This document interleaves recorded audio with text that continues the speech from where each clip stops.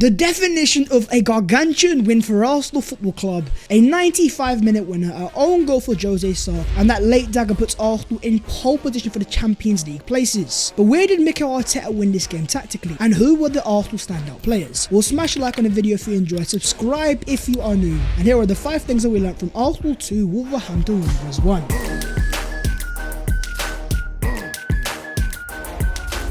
The first thing is character FC. Character, passion, desire. There is no such better feeling than when you see your team win in the 95th minute, last minute winners. It's the best feeling in football. So many of our fans have questioned the Arsenal character. Do these players have it? Do they have the minerals? But in this game, they were fighting till the last minute. They were showing the desire, the passion that Arsenal fans want to see. And the definition of that was Alexandre Lacazette. Now, it wasn't his best of games, and yes, he missed a couple of chances, and some Arsenal fans would say, hey, if we had a better striker, Arsenal would have scored more goals, won that game more comfortably. But where Lacazette deserves credit is the work rate, the desire that even if the game isn't going his way, even if things aren't working out, he's going to keep going, giving all he has. And even in terms of the winner himself, played a massive part, and as pointed out by EBL, he deserves a lot of credit for getting the winner. The way he maneuvered the chance himself to flick it around the corner to Pepe, his mentality and work rate is infectious despite of all his flaws. When you are wearing the captain's armband of Arsenal Football Club, even if you're not having your best of the games, you have to carry the rest of the team. You have to give them their energy as the captain, and that's what Lacazette did today. So even though Arsenal fans are very quick to jump onto his back, you have to give credit where it's due. But let's also talk about Wolverhampton Wanderers. What are you guys saying now, eh? Did Arsenal over-celebrate again? I mean, what are you saying now? Connor Cody, the Wolves manager, the Ruben Neves, oh, Arsenal can't celebrate. We're gonna celebrate now, and celebrate loudly.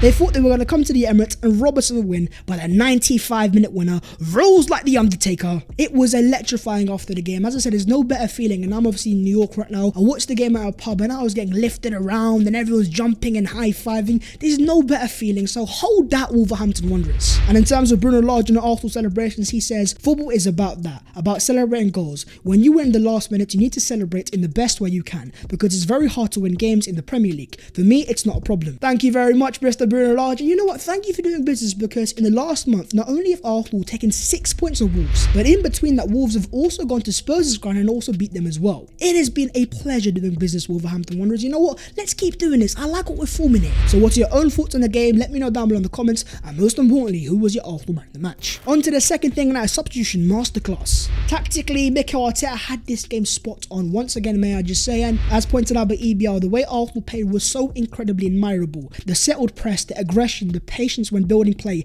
and later on the combinations, the compactness, everything was brilliant, and not even a lack of quality let them down. Bruno Lage is a very good manager. The way Wolves have gone to Spurs' ground, they beat them, they beat Man United as well, but in the last 2 games, Arsenal have got 6 points against these guys, and both games Arsenal deserve to win. Especially in this one, we dominate these guys, and they had their chances, but ultimately speaking, Arsenal were the team that deserved to win this game. It was by no means a perfect game, but yet another game at the Emirates where Arsenal sustained that pressure. Just like in that game against Brentford, Arteta's pressing structure against a back 3 team was spot on. But ultimately speaking, the game really changed once Mikel Arteta brought on a certain Nicolas Pepe. Coming off the bench, being progressive, making an impact, and getting that equaliser. Alongside Eddie Nketiah, another Mikel Arteta substitution. Both substitutions were very perfect in the sense of they changed the game. They gave Arsenal an added goal for it going forwards. And Nketiah was working hard, hurrying these defenders, pressing in their faces, and ultimately also assisted Nicolas Pepe's goal. And what we saw with these subs was Mikel Arteta go to a classic 4-4-2, and Arsenal was still able to sustain pressure and able to pin these guys in and make chances and ultimately go on to win the game. From the pre-game tactics to the overall tactics in-game to the pressing structure and also the in-game tactics, being proactive, understanding that his team is 1-0 down. How do you change that? How do you win this game? And that's what Mikel Arteta had done. Bringing on Nicolas Pepe, bringing on Eddie Nketiah, and also in terms of these players, they're going to be very important. I see a lot of Arsenal fans claim that these type of players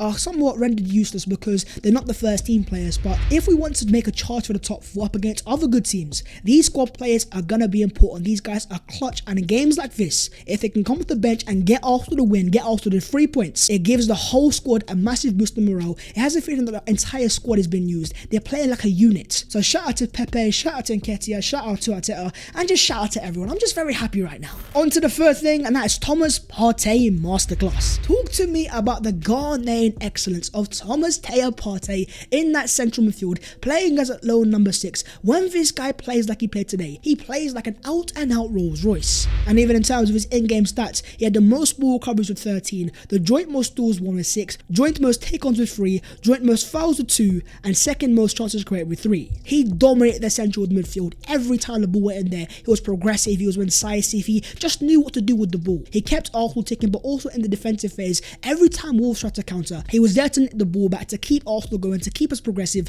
and that's the key to sustaining pressure. When your number 6 can win the ball back straight like that, Arsenal are able to counter press, to counter attack, and it is one of the most deadly forms of attacking in football. And that's what you see Fabinho do at Liverpool, Rodri at Man City, and now Thomas Partey starting to do at Arsenal Football Club. But also in terms of Granit Xhaka, now first things first, you can't fault, I'd say, the effort of Xhaka, because he does try, and playing as that box-to-box 8, it's not his position. And you can see it at times where he's a bit stiff and he can't turn on the half turn. He isn't a goal threat, but he keeps trying. When things aren't working out, even when it's not meant to be in his position, he keeps going, he keeps playing for the team. And that just goes to show in terms of Mikel Arteta, he's got these players on side. And no matter what position this guy plays them in, these guys are going for it. They're making sure they give the manager what he wants. But when we're talking about the Arsenal midfield, you also have to talk about the Norwegian excellence of Martin Odegaard. This guy has the quality on the ball, he oozes class, a bit like Mesut Ozil, has a bit of an aura about him. He knows what to do. He keeps the Arsenal attack ticking, but also in terms of work rate, just like Lacazette, just like Xhaka, he doesn't stop. And here's a stat for you guys that Odegaard covered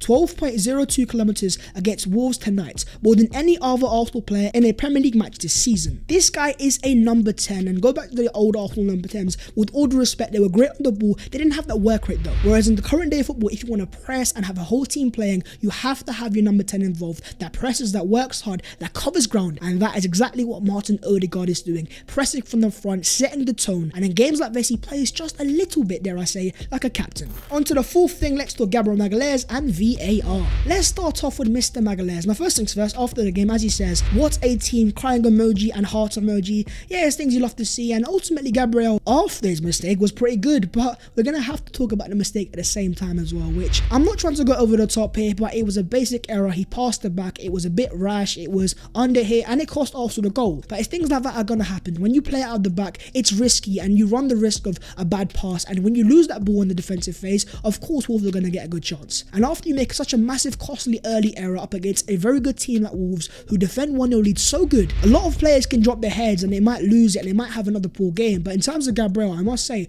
after the mistake, he was pretty top notch, very good in terms of winning that ball back. He kept Jimenez very quiet, and this guy is still 23 years of age, so the fact that he's doing that shows to me a lot of character. That he'll make mistakes, it happens, but he's going to fight after that as well. But talking about mistakes, let's talk about the referees, and in particular VAR, video assistant referees. Now these guys are in football to, help the referees if the wrong decision's made. If you can't see the ball, if you can't see what's happened, VAR is meant to intervene. And in terms of Arsenal, in that first minute, we're nearly in there, Gabriel Martinelli's about to shoot, maybe even score a goal, and Nelson Semedo makes a very, very dodgy challenge, which on the second replay shows is basically a clear foul. But what did VAR do? Instead of giving Arsenal a penalty and reviewing that, no, we're going to sit back and relax, because Arsenal penalties, we don't give those here. This has started to become an absolute joke now. It's becoming a farce at this point, and thankfully, again, in terms of today, it didn't cost Arsenal. But just like in that game against Brentford, Arsenal should have had a penalty there, just like today. So at this point, I'm looking at VAR, I'm looking at the referees. They're so quick to send off Arsenal players, to book Arsenal players, to give penalties against us. But in terms of for Arsenal Football Club, there seems to be some sort of agenda there, right? So I don't want to say it's a conspiracy theory, but it's very hard not to say so. And so in terms of Mikel Arteta, this guy is now going to act. Because as the Telegraph are reporting,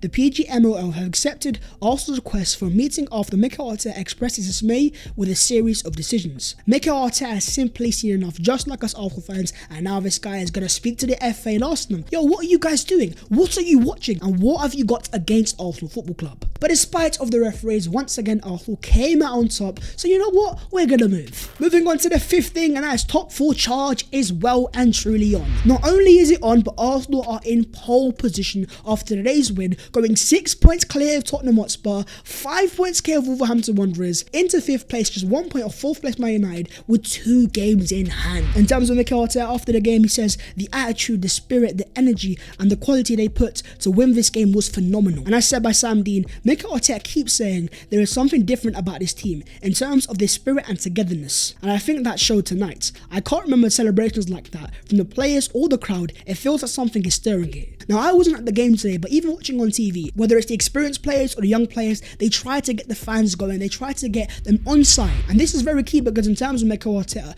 if you're to go all the way back to his first Arsenal interview, he said how important the fans are and he needed to connect them back with his first team. And today was the epitome of Arsenal doing that. But yeah, in terms of the top 4 race, the past few days have been gargantuan for Arsenal Football Club. First things first, you had Nando's FC go to Turf Moor, go to Burnley and drop a 1-0 L as Ben Mee scored in the 71st minute, making it 3 defeats out of 4 for Antonio Conte's Nando's FC. And listen, I'm not going to laugh at Tottenham because this race is far from run and things can change. But 3 defeats out of 4 in a tough moment as Arsenal keep winning as well, I guess it's things you love to see it. In terms of the table itself, here it is as it stands, Arsenal moving up to 5th position over West Ham on 45 points, 1 point off 4th place Man United. A sizable gap below us, and now we're starting to look up there 4th place, and even in terms of 3rd place, dare I say, if Arsenal were to win the game in hand, Arsenal would go 2 points behind 3rd place Chelsea. But in terms of Arsenal's next 6 fixtures, you got Watford away, Leicester at home, Liverpool at home, Aston Villa away, Crystal Palace away and Brighton at home. Every fan deserves to be happy, but going forwards, we have massive games to come that we need to take on board, and the games that we need to keep focused on, win our games, do our job. As things stands, Arsenal are in control of the destiny, and even though the race is not run, right now it's Arsenal in pole position. But what do you guys make of the top 4 race, and after today's results, are you a bit more confident that we are going to be hearing the Champions League anthem at the Emirates next year?